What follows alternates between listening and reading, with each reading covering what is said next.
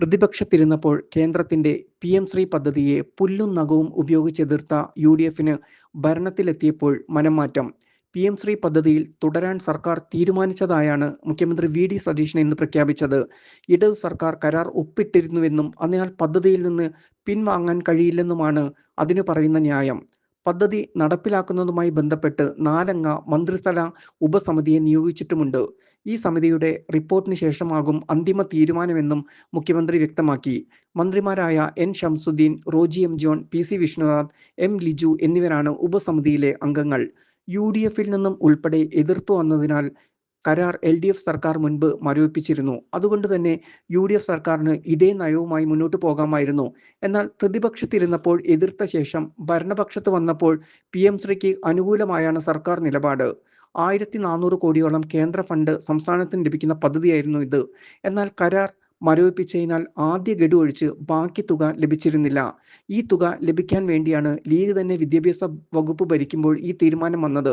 വിദ്യാഭ്യാസ രംഗത്ത് കാവ്യവൽക്കരണം എന്നു പറഞ്ഞാണ് യു.ഡി.എഫ് പി.എം. ശ്രീയെ മുൻപ് എതിർത്തത്. ഇപ്പോൾ കാവ്യവൽക്കരണം എവിടെ പോയി എന്നാണ് എൽ.ഡി.എഫ് ചോദിക്കുന്നത്. പി.എം. ശ്രീ പദ്ധതിയിൽ ഒപ്പിട്ടപ്പോൾ തങ്ങളെ സംഘിയെന്നും ഒറ്റുകാർ എന്നും വിളിച്ച് യു.ഡി.എഫ് ആക്ഷേപിച്ച കാര്യവും മുൻ മന്ത്രി വി. ശിവൻകുട്ടി ഓർമ്മിപ്പിക്കുന്നു. കേരളത്തിൽ പി.എം. ശ്രീ നടപ്പിലാക്കേണ്ട ഒരു സാഹചര്യവുമില്ല.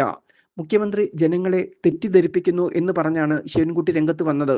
പി.എം. ശ്രീ നടപ്പിലാക്കേണ്ട എന്ന് തീരുമാനിച്ചതിനാൽ പി.എം. ശ്രീയുടെ നടപടിക്രമങ്ങൾ ഒന്നും തന്നെ സർക്കാർ പൂർത്തീകരിച്ചിട്ടില്ലെന്നും ശിവൻകുട്ടി പറയുന്നു.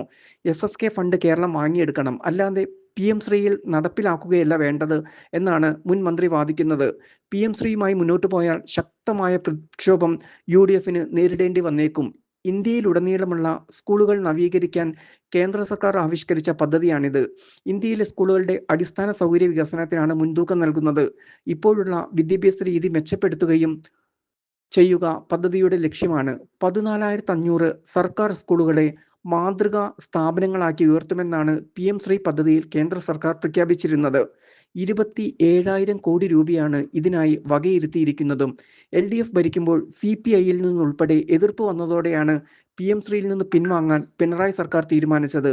തീരുമാനമെടുത്താൽ എല്ലാ എതിർപ്പുകളും മറികടന്ന് തീരുമാനവുമായി മുന്നോട്ടു പോകുന്ന ശൈലി മുഖ്യമന്ത്രിക്ക് ഉപേക്ഷിക്കേണ്ടി വന്നതും പി.എം. ശ്രീ കരാറുമായി ബന്ധപ്പെട്ടായിരുന്നു.